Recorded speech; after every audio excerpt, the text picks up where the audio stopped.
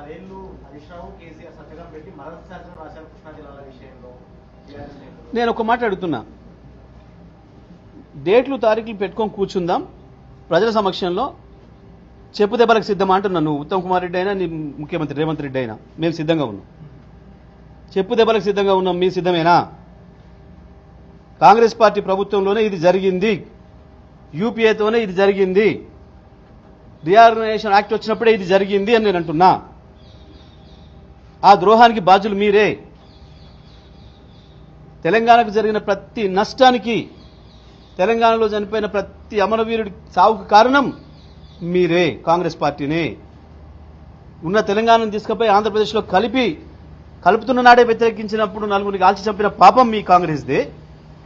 ఆ తర్వాత 69లో రాష్ట్రం కావాలన్నప్పుడు 400 మందిని చంపిన పాపం మీదే.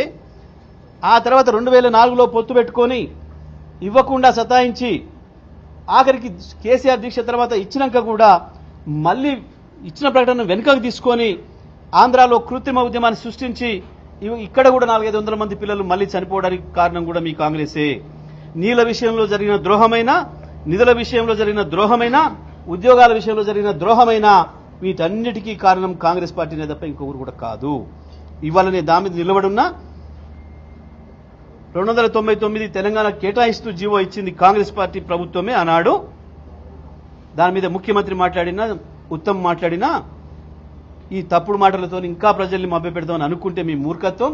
దాని మీద మేము ఏ చర్చకైనా సిద్ధం, ఏ శిక్షకైనా సిద్ధంగా ఉన్నాం. నేను ఇప్పుడు ఒక మాట అన్నా, చెప్పు దెబ్బకు కూడా సిద్ధంగా ఉన్నాం అనే మాట మీరు ఇక్కడ చర్చ పెడతారా, అమరవీరుల స్తూపం కాడ పెడతారా? మేము సిద్ధంగా ఉన్నాం.